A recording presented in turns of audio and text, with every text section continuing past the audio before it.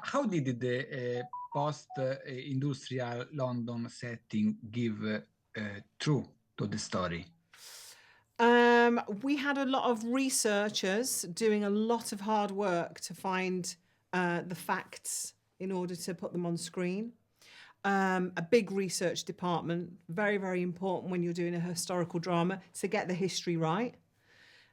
So we had a big department that did that. Obviously, we're using historical references and real life people, but being a drama, we're able to be creative and bringing other aspects, you know. But it's very, very important to create that world and create it really authentically.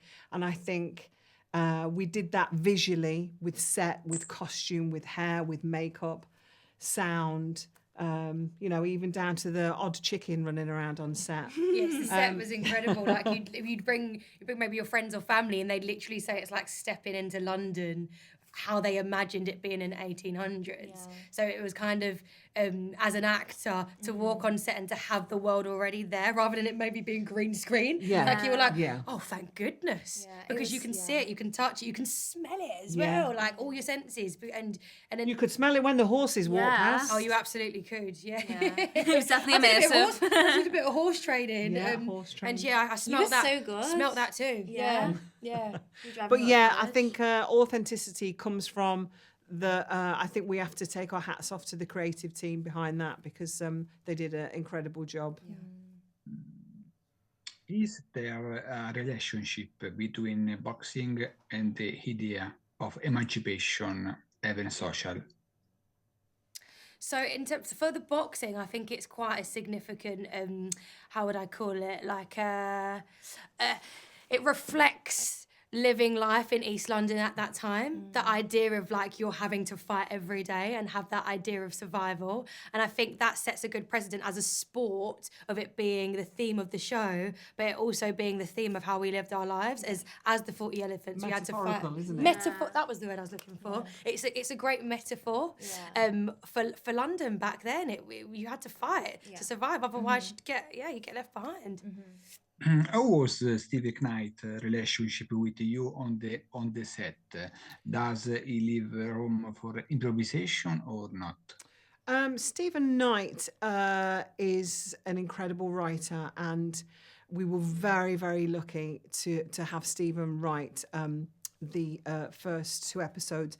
The episodes that came after the first two were writers that were put in a room that were chosen by the executive producers. We brought together a really incredible, diverse, young, talented group of writers that had that incredible blueprint that Stephen Knight had already set out, and they worked from that and you know, enhanced his world and just took it to a whole different level. It was amazing.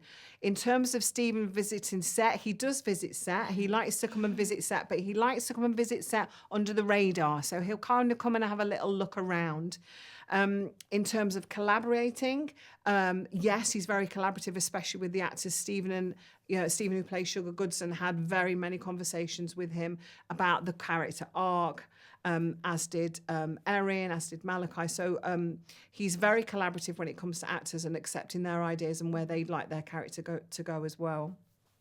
Can sport tell the evolution of society?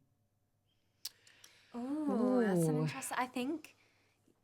I think for this, I mean, going back to what Morgan was saying about boxing in that era, it is that fight to survival, isn't it? And, you know, like people still face that same struggle now. It still goes on. There's still working class people who struggle and have to fight to kind of, you know, make ends meet every day.